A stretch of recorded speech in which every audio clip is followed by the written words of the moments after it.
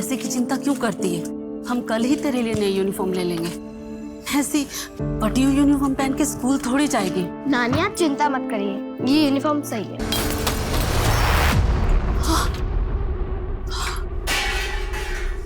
क्या कर रहा है सब तू? दिमाग खराब हो गया क्या तेरा? पैसे किधर है? मुझे पैसे चाहिए अभी के अभी। तेरी शराब के लिए फालतू पैसे नहीं है मेरे पास। उस मनुष्य पे खर्चा करने के लिए तेरे पास पैसा है और मेरे लिए नहीं है।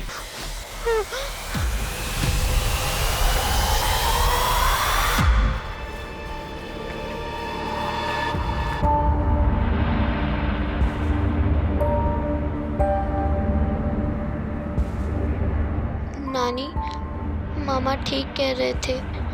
मैं सबकी जिंदगी में सिर्फ दुख लाती हूँ और परेशान नहीं करना चाहती, इसलिए दूर जा रही हूँ। हमेशा के लिए आप लोग खुश रहना।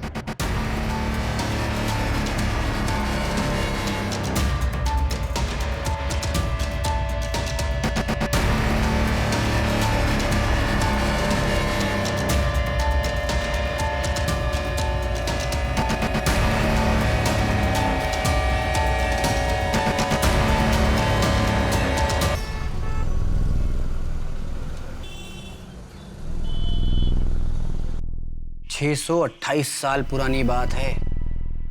मांडवी के घने जंगलों में एक शक्तिशाली मायावी रहता था, जिसकी एकमात्र बेटी थी जिसका नाम था कल्की। कल्की के नैन नक्श एकदम बदसूरत थे, एकदम। लोग अक्सर उसे देखकर डर जाते थे। कुछ तो उसे डायन का रूप मानते थे। कल्की अक्सर अपनी परछाई से बात करती थी। कल्की को ऐसा लगता था कि एकमात्र परछाई ही उसकी दोस्त है। एक बार मांडवी के राजकुमार सूर्यदीप अपनी मंगेतर प्रियमोदा के साथ जंगल की सैर पर निकले। बार कल्की को अपनी सूरत पे गुस्सा आ रहा था, क्योंकि कल्की को राजकुमार सूर्यदीप से प्यार हो गया था। कल्की के पिता मायावी ने अपने जीवन भर की तपस्या अपनी बेटी कल्की पर न्यौछावर कर दिया और कल्की को प्रियमवदा का रूप दे दिया। कल्की की परछाई कल्की से एकदम नाखुश थी, एकदम नाखुश। और क्या हुआ? क्या आप भी फिर से कल्की की कहानी लेकर बैठ गए? ये क्या नया शौक चढ़ा है आपको? डेली एक ही कहानी लेकर बैठ जाते हैं। होटल जाने में देरी नहीं हो रही? जा रहा हूं। और चंदन जगन, तुम दोनों, तुम्हारे सारे काम खत्म हो गए, आराम से बैठ के कहानी सुन रहे हो। चलो जाओ। जी मैम, जा रहे हैं। और आप भी उठिए, गीजर ऑन कर दिया मैंने। चलिए चलो, लीजिए। ओह, थैंक यू। आज मैं थोड़ा जल्दी आने की कोशिश करूंगा। कार्तिक, नमित का कॉल आया था, वो आज लद्दाख ट्रिप से वापस आ रहा है। तो फाइनली उसको फुर्सत मिल गई। कोविड और लॉकडाउन के चक्कर में होटल का धंधा आधे से कम हो गया था। अभी जब धंधा स्टार्ट हुआ था तो वो दोस्तों के साथ ट्रिप पे निकल गया, वो भी होटल के अकाउंट से पैसे लेकर। कार्तिक, इतना भी क्या? भतीजा है आपका। अजी तुम नहीं समझोगी, पिछली बार भी मैंने उसको कुछ नहीं बोला था, लेकिन उसकी लापरवाही बढ़ती जा रही है। अच्छा, आप रहने दीजिए। अजी जी तुम बीच में मत बोलो, ये मैं हैंडल कर लूंगा। अच्छा मैं निकल रहा हूँ, मैं तुमको लाइव लोकेशन भेज दूँ।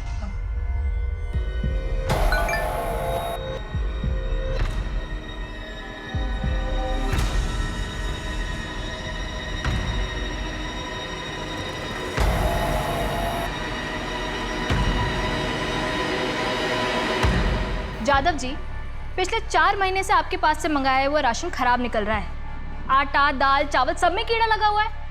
आपकी वजह से मुझे बाहर से सामान मंगवाना पड़ा और उसके पैसे आपको नहीं मिलेंगे, समझे आप? पैसे नहीं मिलेंगे? कैसे नहीं मिलेंगे? राशन बिल्कुल ठीक था, आपने ठीक से रखा ही नहीं होगा। और फिर मैंने नमित को ऊपर के पैसे भी तो दिए थे, उसका क्या हुआ? आप क्या हो रहा है? किस पैसे की बात कर रहे हो तुम? मैंने नमित को 5 लाख रुपए दिए थे। उसने मुझे भरोसा दिलाया था कि इस होटल में आगे का पूरा राशन का कॉन्ट्रैक्ट तुम्हारा ही रहेगा। नमित कौन होता डील करने वाला? होटल मेरा है और मैं ये डील कैंसिल कर रहा हूँ। निकलो यहाँ से। मेरी 5 लाख का क्या होगा? होटल एसोसिएशन की मीटिंग में बताऊंगा सबको कि तुम कैसे एम्प्लॉय को घूस दे के अपना काम निकलवाते हो। फिर देखता हूँ कौन करता है डील तुम्हारे साथ।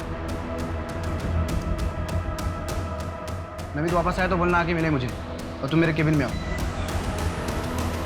काजल, ये फाइल अच्छे से पढ़ लो। आज से नमित का पूरा काम तुम संभालोगी, और उम्मीद करता हूँ कि तुम मेरा भरोसा नहीं तोड़ोगी। बिल्कुल नहीं कार्तिक। तुम्हें पता है आज मैं कितना खुश हूँ। अब हमें साथ रहने के और भी ज्यादा मौके मिल जाएंगे। What?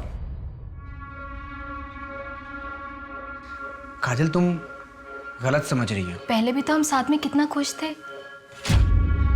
देखो काजल, पहले जो कुछ भी हुआ वो मेरी गलती थी, लेकिन अब मैं बिल्कुल बदल गया हूं। अब मैं उसे धोखा नहीं दे सकता। पर Kartik, I still love you. Kajal please, you can go now.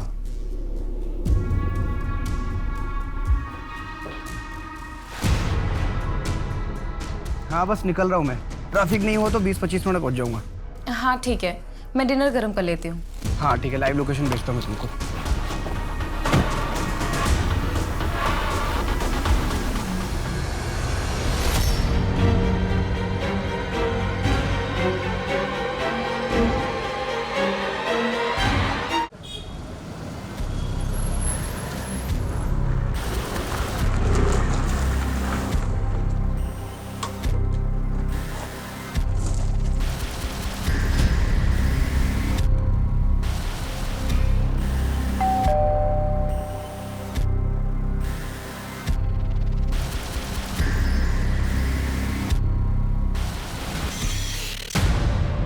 चाची क्या हुआ? नमित, तुम कहाँ थे? मैं तुम्हें कल रात से कॉल कर रही हूँ। कितने मैसेज किए तुम्हें, तुम्हारा फोन क्यों बंद है? वो मोबाइल की बैटरी खत्म हो गई। कुछ पता चला चाचू का कहाँ है? पुलिस कह रही है कि वेट करो। चाची, पुलिस की तहकीकात तो 24 घंटे के बाद शुरू होगी। अब उनका लास्ट लोकेशन क्या था? अशोक रोड क्रॉस कर रहे थे। आप चिंता मत करो, मैं देखता हूँ। नहीं, मैं भी तुम्हारे साथ चलती हूँ। ठीक है, आओ। रुको रुको रुको, कार्तिक!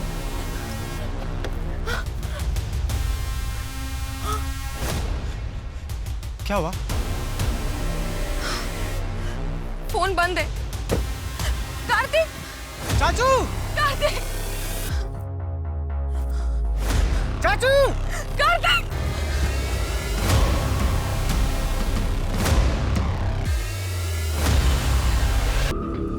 विक्टिम का नाम कार्तिक मार है। ये रोज अपने घर से निकलते वक्त अपनी लाइव लोकेशन अपनी वाइफ के साथ शेयर करता था। कल इसकी लाइव लोकेशन यहीं ऑफ है।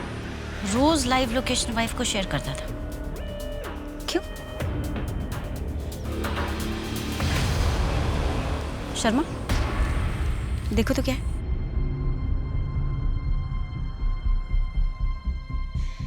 NH इलायची लगता है रिसेंटली किसी ने खाकर फेंका है। धूल मिट्टी नहीं है इस पर। शर्मा, एक काम करो, फॉरेंसिक वालों को भेजो। केस से रिलेटेड सबूत हो सकता है।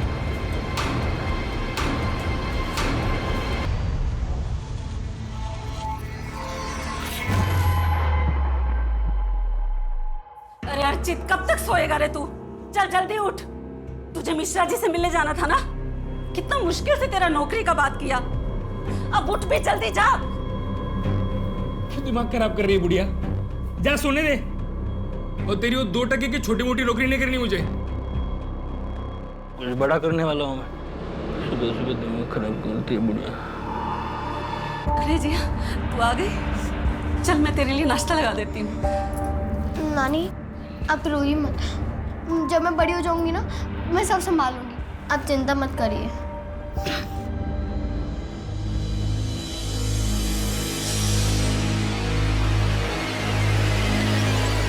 काकी, ध्यान कहाँ है आपका? मैं बस वो जिया के बारे में सोच रही थी। कहाँ ढूंढूं उसे? पुलिस भी कुछ नहीं कर रही है। शायद पुलिस को जो लग रहा है कि जिया खुद से कहीं गई है, वो सही है। उसने खत भी तो लिखा था ना। पर बच्ची है, कहीं भी है तो ढूंढना तो होगा ना। हिम्मत रखिए काकी। अरे वो मेरी चाय बन गई? जिया का अब तक कुछ पता चला? नहीं, अब मैं चाय गर्म करके लाती हूँ। मिल जाएगी काकी।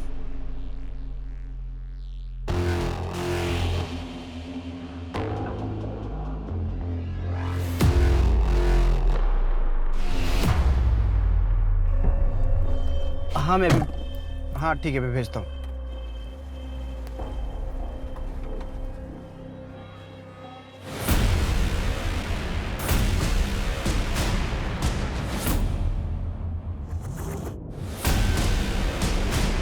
भानु सिंह, 2 महीने पहले तक दोनों की काफ़ी अच्छी दोस्ती थी।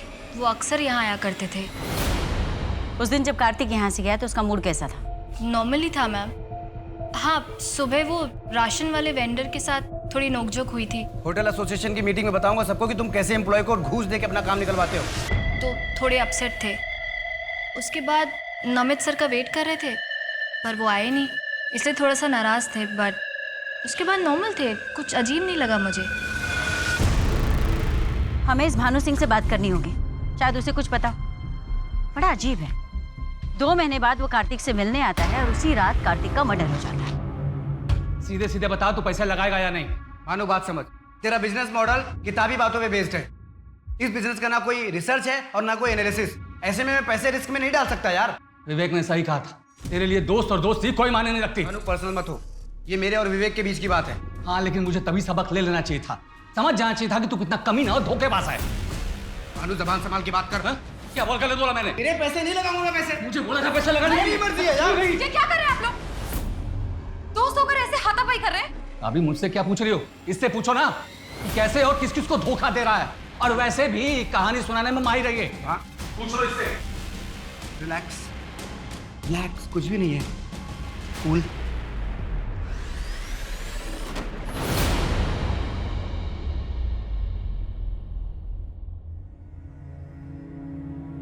अरे माँ, आओ आओ आओ आओ, ये देख मैं तेरे लिए क्या लाया। इतने पैसे कहाँ से आए तेरे पास? अरे माँ, ये समझ ले तेरे बेटे को बहुत बड़ी लॉटरी लग गई है। लॉटरी? कैसी लॉटरी? अरे माँ, अब ये समझ ले कि तेरा बेटा बहुत बड़ा आदमी बनने वाला है। अब खड़े खड़े सब कहानी सुनेगी क्या? मुझे भूख लगी है, कुछ अच्छा सा खिला दे। चल मैं फ्रेश होके आता हूँ।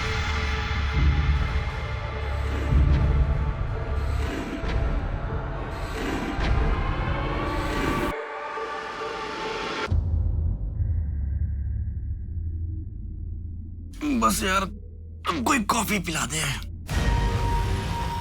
मैं नहीं बना रही हूँ। यार तुम्हारे किचन में मुझे समझ में नहीं आया। फ्रिज के अंदर दूध रखा है और ऊपर कॉफी रखी है, जाके बना लो। मैं नहीं बनाऊँ।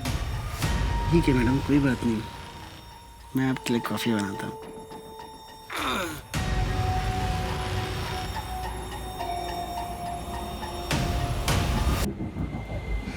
विवेक, विवेक विवेक इतने साल पुरानी दोस्ती का भी ख्याल नहीं रखा तूने। विवेक आई एम सॉरी भाई, तू गलत समझ रहा है। Get out. आज से तेरी मेरी दोस्ती खत्म। विवेक देख, निकल जाए यहाँ से, नहीं तो मेरे हाथ कुछ गलत हो जाएगा। विवेक ऐसे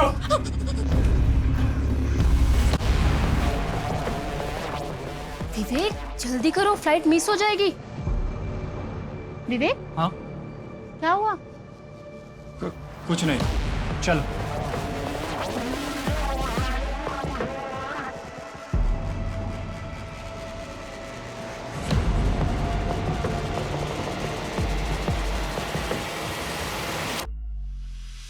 मैडम, पोस्टमार्टम रिपोर्ट के हिसाब से कार्तिक का मर्डर 15 तारीख की रात को 9:30 बजे से 11 बजे के बीच में हुआ था। Murder weapon? कोई तेज धार वाला ऑब्जेक्ट जैसे चाकू। उस वेंडर राधे का कुछ पता चला? उसके सीडीआर और लोकेशन डिटेल्स चेक किए। वो मर्डर वाले दिन अपने किसी रिश्तेदार की शादी अटेंड कर रहा था। कार्तिक का भतीजा नमित? उसका फोन 15 तारीख की रात से स्विच ऑफ था, जो सुबह 7 बजे के आसपास जाके स्विच ऑन हुआ। शर्मा, मुझे लगता है कि कार्तिक के भतीजे नमित की हिस्ट्री निकलवानी चाहिए। क्या उसके पास कोई ऐसा मोटिव है जो कार्तिक को नुकसान पहुंचा सके? भानु? उसका फोन अभी भी स्विच ऑफ, घर पे ताला लगा हुआ है। उसके ऑफिस में पता किया लेकिन किसी को कुछ नहीं मालूम। उसके माँ बाप? कोई नहीं, अकेला रहता है। वैसे पता चला है कि कार्तिक के 2 काफी करीबी दोस्त थे, विवेक और भानु। विवेक की वाइफ के साथ कार्तिक का अफेयर था, जो विवेक को 1 साल पहले पता चला और उसने दोस्ती तोड़ ली। इस विवेक के पास मोटिव है। लेकिन मैडम 1 साल तक क्यों रुकेगा? वैसे बात हुई है उससे, वो मुंबई में कोई कॉन्फ्रेंस अटेंड कर रहा है अपनी वाइफ नैना के साथ। 1-2 दिन में आ जाएगा, तब बात करेगा। एक काम करते हैं, बाय द टाइम हम कार्तिक की बीवी अदिति से बात करते हैं। मुझे लगता है उसे पता होगा इस अफेयर के बारे में। अब आपके सामने पेश है राजकुमार सूर्यदीप और राजकुमारी प्रियमवदा।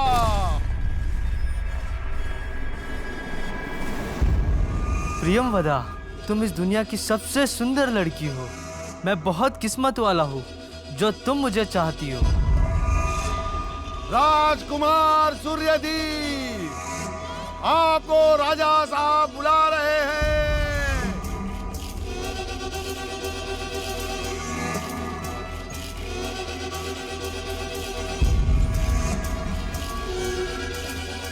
नहीं, ये सब एक धोखा है, ये सब एक झूठ है।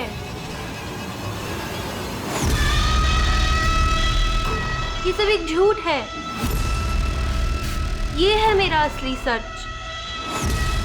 कब तक ये सच मैं आप सबसे छुपाऊंगी? सत्य, असत्य, प्रत्यक्ष, अप्रत्यक्ष, किस जीवन का मैं चयन करूं?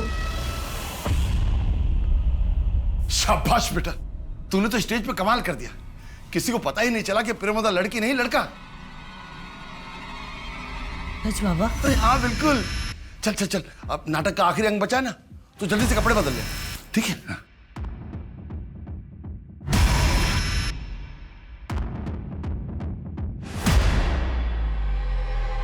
ये सब धोखा है,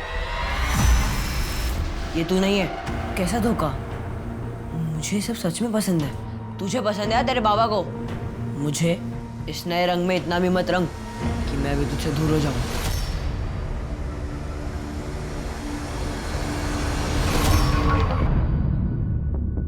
यार मैं उससे प्यार करने लगा हूँ।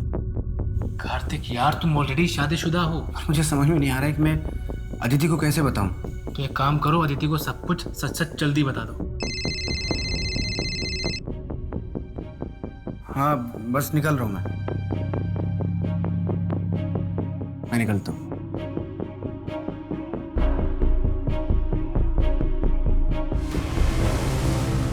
मुझे पता था कि कार्तिक का नैना के साथ अफेयर था, लेकिन ये 1 साल पुरानी बात है। विवेक ने कार्तिक से सारे नाते तोड़ दिए थे और तुमने उसे माफ कर दिया। कार्तिक अपने किए पे बहुत पछता रहे थे, इसलिए मैंने भी सोचा कि अपनी शादी को एक और मौका देना चाहिए। मैं पूरा भरोसा नहीं कर पा रही थी, लेकिन हम दोनों कोशिश कर रहे थे। नैना के बाद कार्तिक का कोई और अफेयर वगैरह? जी मुझे नहीं पता, लेकिन कार्तिक पिछले 1 साल से अपनी लाइव लोकेशन मुझसे शेयर कर रहे थे, प्रूफ के तौर पे, ताकि वो जहाँ पर भी रहे मुझे पता हो और मैं उन पर कभी शक ना करूँ। वो काफ़ी बदल गए थे। बदल गए थे मतलब? बहुत हंसमुख हो गए थे। हर सुबह बैठकर हम दोनों को कल्कि की कहानियाँ सुनाते रहे। कहाँ पढ़ी थी? कोई बुक, ब्लॉग? जी ये नहीं पता, लेकिन कार्तिक बहुत खुश थे। जिस दिन कार्तिक की डेथ हुई, I mean 15 अप्रैल को, रात 9:30 से 11 के बीच में आप कहाँ थे? मैं अपने घर पर थी, कार्तिक का इंतज़ार कर रही थी। काफ़ी टाइम तक जब कार्तिक नहीं आए तो मैंने उन्हें कॉल किया, लेकिन उनका फ़ोन बंद आ रहा था। फिर करीब 11:45 के आसपास मैं पुलिस स्टेशन गई थी। मेरे घर के एंट्रेंस में CCTV कैमरा है, आप चाहे तो चेक कर सकती हैं, या फिर आप चंदन से भी पूछ सकती हैं।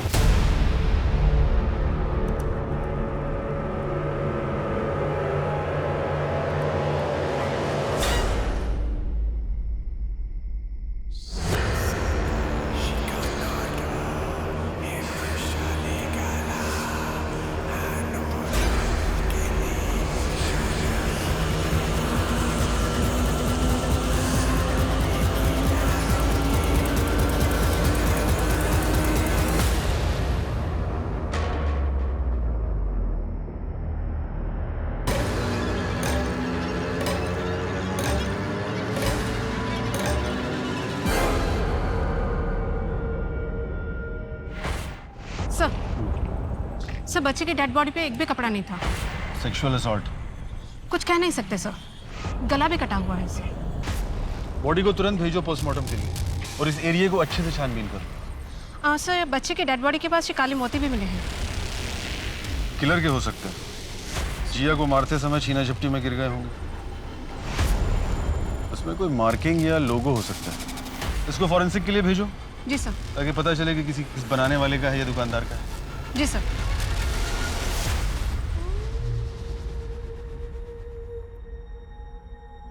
बाबा मुझे लड़कियों के कपड़े नहीं पहनना, सब लोग छिड़ाएंगे मुझे। बेटा तू सबसे सुंदर प्रेमवदा है, तुझसे अच्छा कोई नहीं कर सकता। बाबा मैं सूर्यदीप बन जाऊं? नहीं, तू प्रियमवदा ही बनेगा, ये मेरा आखिरी फैसला है। जल्दी बाहर आ जा। खाना ऑर्डर किया है, खा लो। मुझे भूख नहीं है नमित। ऐसे तो आपकी तबीयत खराब हो जाएगी। सच बताओ, क्या कार्तिक को तुमने? क्या? ये आप क्या बोल रहे हैं? जिस रात उनका मर्डर हुआ तुम कहाँ थे?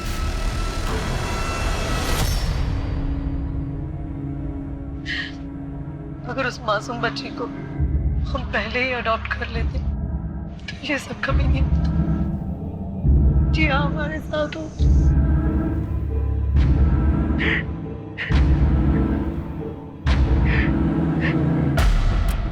मैडम, कार्तिक का भतीजा नमित, उसके बारे में एक इन्फॉर्मेशन मिली है। ये एक हैबिचुअल जुआरी है, सट्टेबाजी, जुआ, ये उसकी कमजोरी है। उसके ऊपर काफी उधारी भी है। हर थर्सडे को वो एक इलीगल बैटिंग पार्लर में जाता है जो विजयनगर में। ये अशोक रोड वाले जंगल के बगल में है ना, जहाँ से हमें कार्तिक की डेड बॉडी मिली अप्रैल को, जिस दिन कार्तिक की मौत हुई उस दिन भी थर्सडे था, यानी कि हादसे के वक्त नमित उसी एरिया में था, राइट? हाँ, पप्पू ने बताया था कि उस दिन नमित बैटिंग पार्लर गया था। और एक बात मैडम, नमित को इलायची खाने का बहुत शौक है और उसका फेवरेट ब्रांड है NH इलायची। उठाओ साले को। सर, ये पोस्टमार्टम रिपोर्ट आ गई है। जिया की बॉडी के पास जो काले मोती मिले थे उस पे जीजे का लोगो मिला। जी सर, ज्ञानी ज्वेलर्स। उसके ऑनर से बात करो और पता लगाओ कि वो काले मोती किसने खरीदे थे। सर, एक और इन्फॉर्मेशन है जिया के मामा अर्चित के बारे में।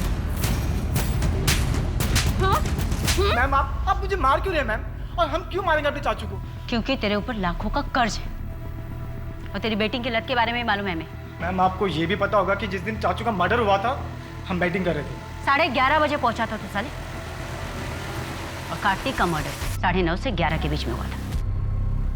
बंसल चेयर दे, बैठ बैठ। बंसल ले, इलायची तेरा फेवरेट है ना? कार्तिक की डेड बॉडी के पास हमें यही ब्रांड मिला था। तो ही खाता है ना? तो ये है आपका सबूत? उम्र क्या है तेरी? 23 साल। तू 6 साल का रहा होगा तब से पुलिस की नौकरी करती है मैं। तोड़ो इसे, तब तक तोड़ो जब तक सच्चाई ना बोले।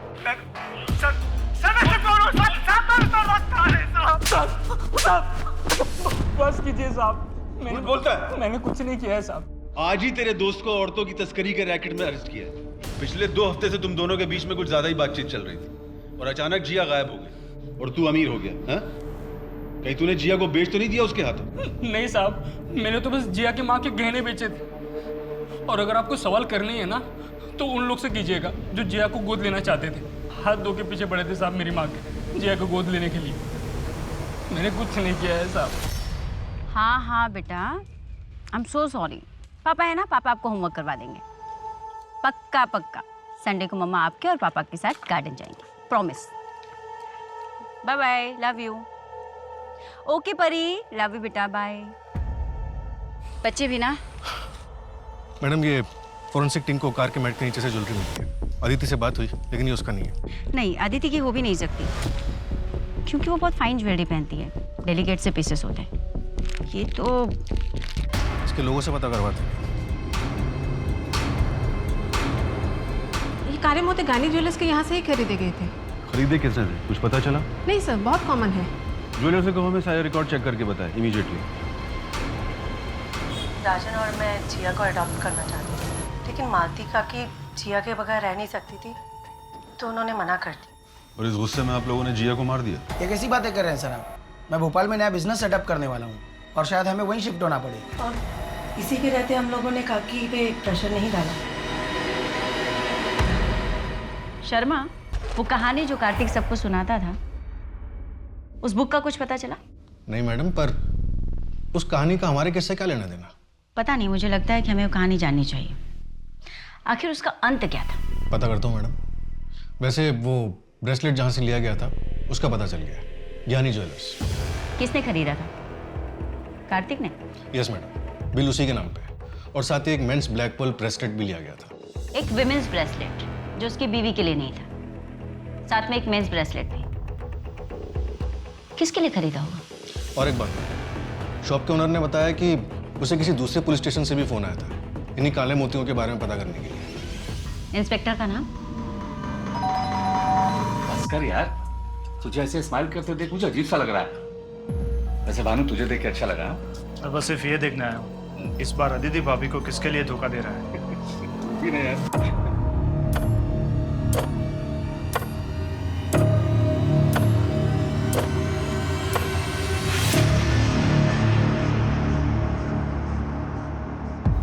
नैना, मुझे कार्तिक के बारे में एक ऐसी बात पता है जिसको सुनकर अदिति भाभी को दुख होगा, पर यह बात बाहर आना बहुत ज़रूरी है।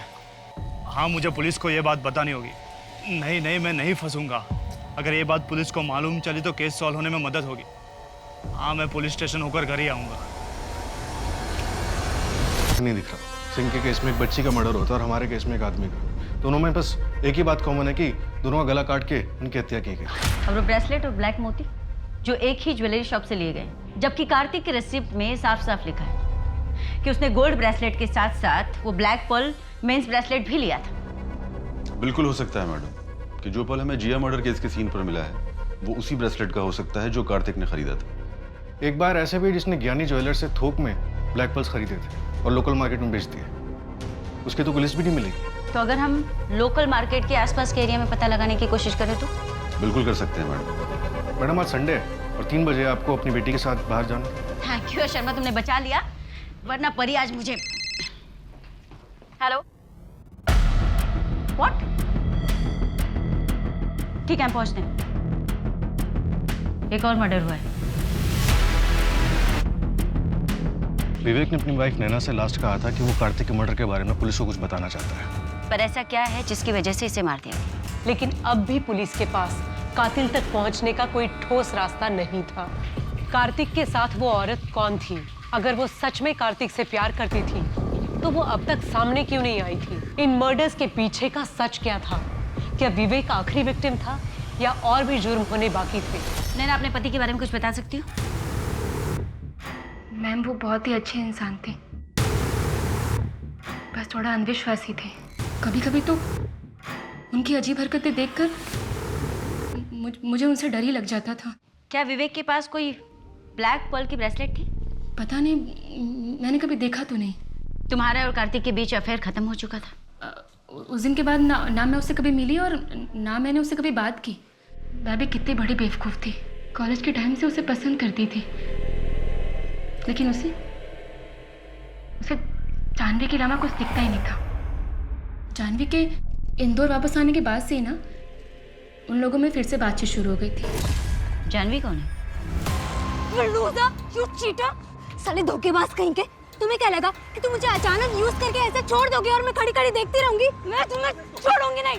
तुम अपने आप को समझते क्या हो Kartik? Janhvi, I am sorry, मैं तुमको लाइक नहीं करता हूँ। अच्छा, 2 साल से मजाक कर रहा था क्या? हाँ, तो अभी याद आया कि मैं तुम्हें पसंद नहीं करती हूँ। हाँ, मैं कार्तिक से बहुत ज़्यादा गुस्सा थी, लेकिन 10 साल पहले। और मैम, अगर आप मेरी जगह होती तो शायद वही फील करती। जब आपको ये पता चलता कि जो 2 साल से आपका बॉयफ्रेंड है वो आपको नहीं, आपके बेस्ट फ्रेंड को लाइक करता है। Best friend? यू मीन नैना? नहीं, नैना नहीं। नैना नहीं तो और कौन? अजय सिंह। व्हाट? तुम्हारा मतलब है कार्तिक लड़कों में भी इंटरेस्टेड था? उसने मुझे बताया था वो बाइसेक्सुअल था, लड़कों को भी पसंद करता था। क्या अदिति जानती थी कि कार्तिक लड़कों में भी इंटरेस्ट रखता है? हाँ मैम।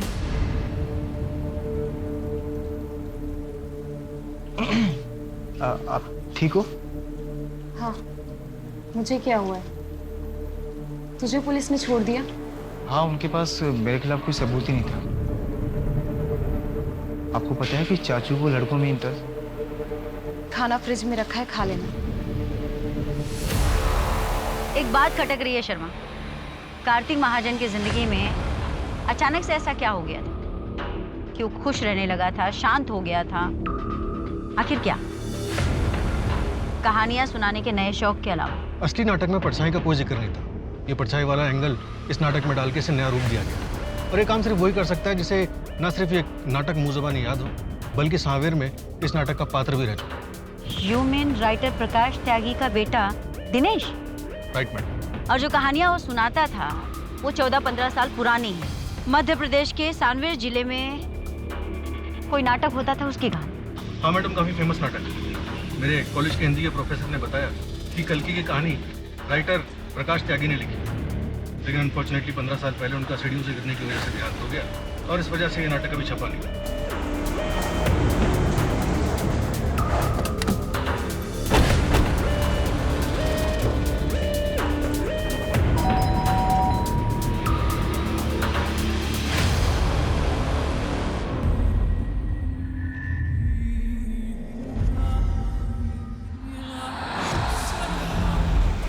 नमस्ते।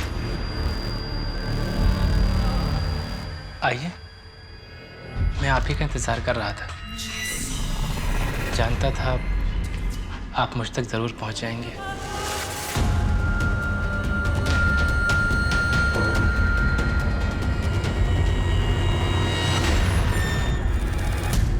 Thank you.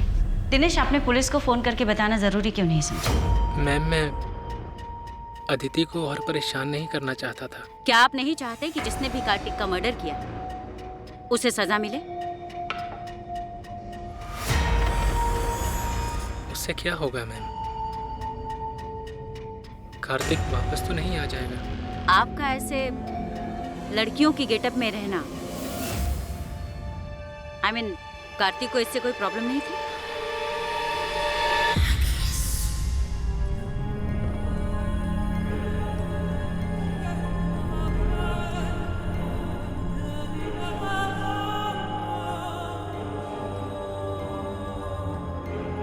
कार्तिक यही मेरा असल रूप है, मेरा सच है। मैं खुद को ऐसे ही देखता हूँ और पूरी जिंदगी ऐसे ही जीना चाहता हूँ। अगर तुम मुझे एक्सेप्ट नहीं कर सकते हो तो it's okay. I love you Dinesh. तुम जैसे भी हो मेरे लिए दुनिया के सबसे खूबसूरत इंसान हो तुम।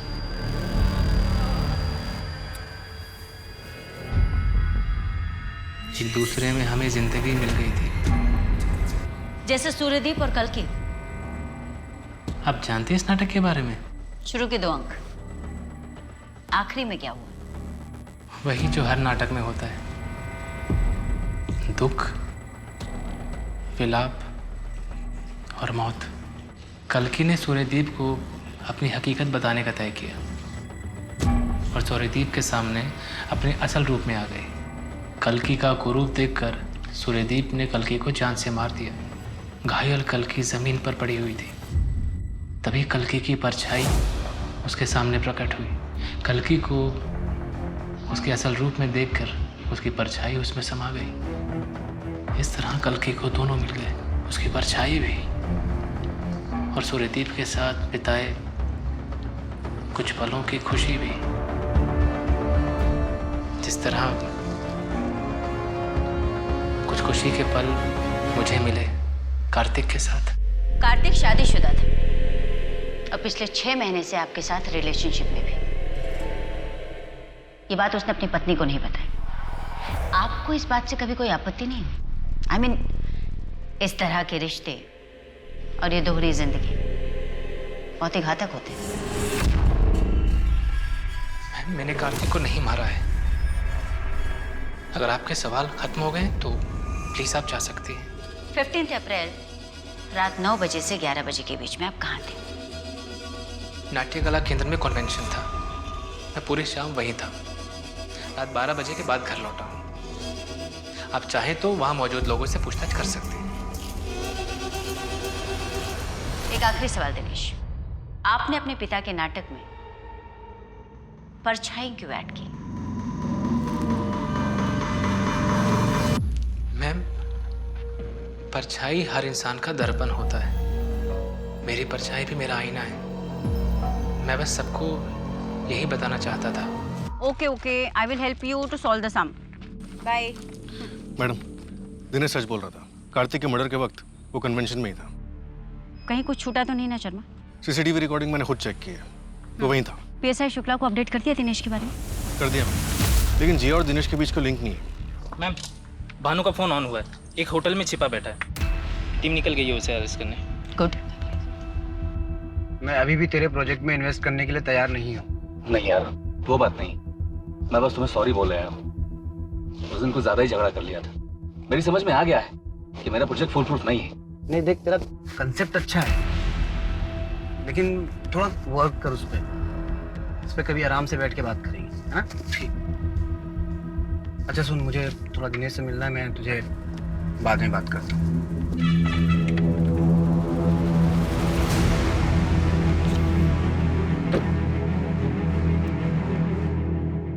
नेटवर्क ही नहीं आ रहा है।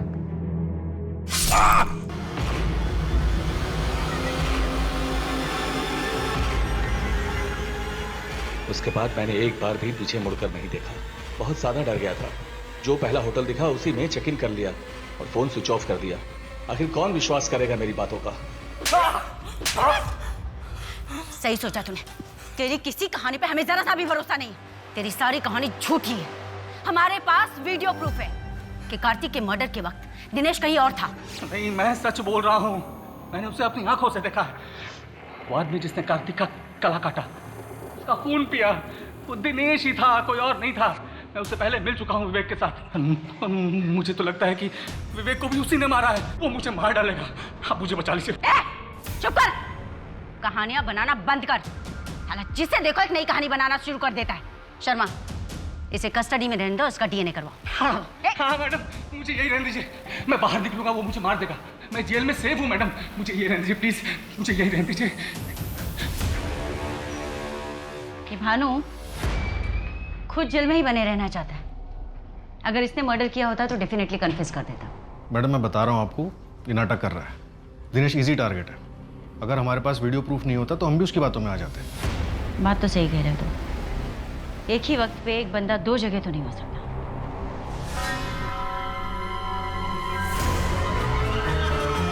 परछाई हर इंसान का दर्पण होता है। मेरी परछाई भी मेरा आईना है। शर्मा, चलो।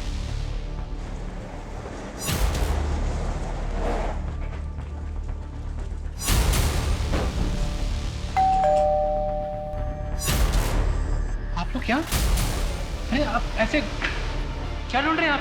अभी पता चल जाएगा क्या ढूंढ रहे हैं। मैम, आप अंदर नहीं जा सकती। मैम प्लीज, सर आप प्लीज।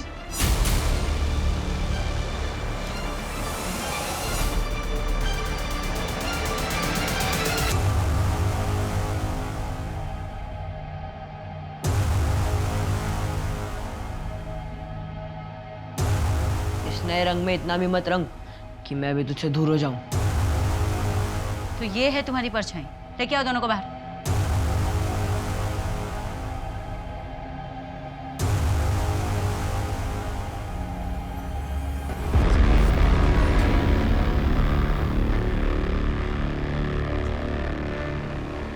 मैंने ब्रेसलेट मिला है, इसे कबाड़ में छिपा के रखा है। इसे तो ढूंढ रहे थे हम लोग। Black pearls bracelet. मितेश, पर ये ब्रेसलेट तो कार्तिक ने तुम्हें दिया था। पुलिस क्यों ढूंढ रही है? मितेश कार्तिक को जानता था? जी मैम, मितेश ने ही मुझे कार्तिक से मिलवाया था। मितेश कार्तिक का दोस्त है और उसका किलर भी।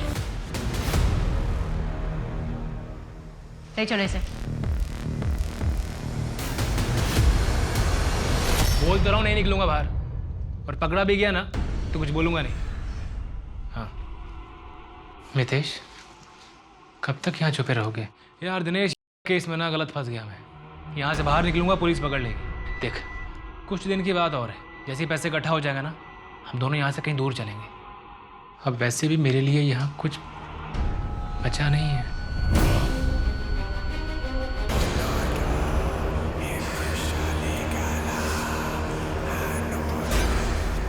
मैं बाबा पार्शनाथ से मिला। उन्होंने मुझसे कहा कि मुझे बलि देनी होगी।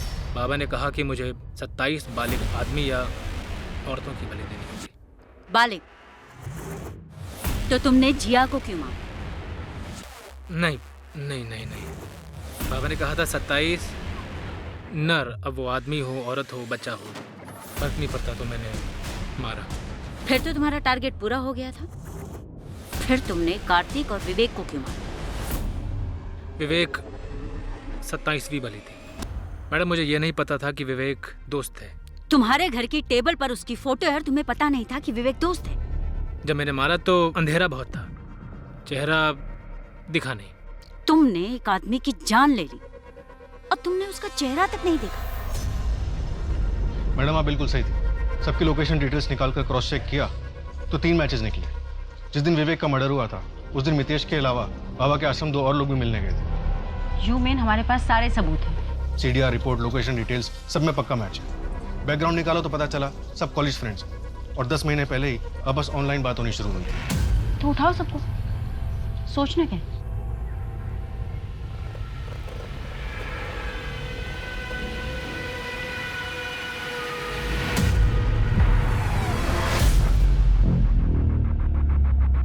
तो कहने पे हमने बाबा को अपनी सारी प्रॉब्लम्स बताई।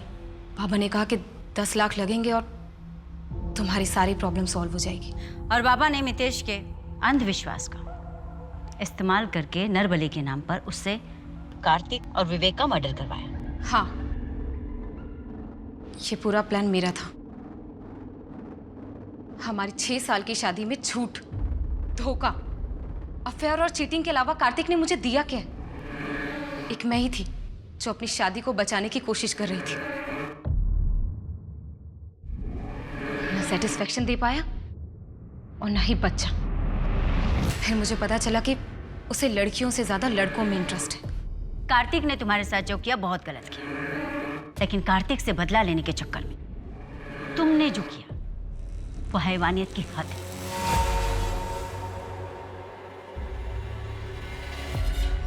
मेरी पहचान, मेरा पहनावा,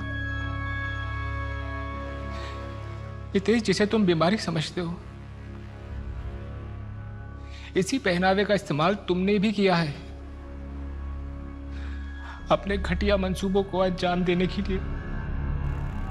पूरी दुनिया, कानून सब मुझे अपना चुके हैं, एक तुम ही हो जो मुझे अपना नहीं पाए।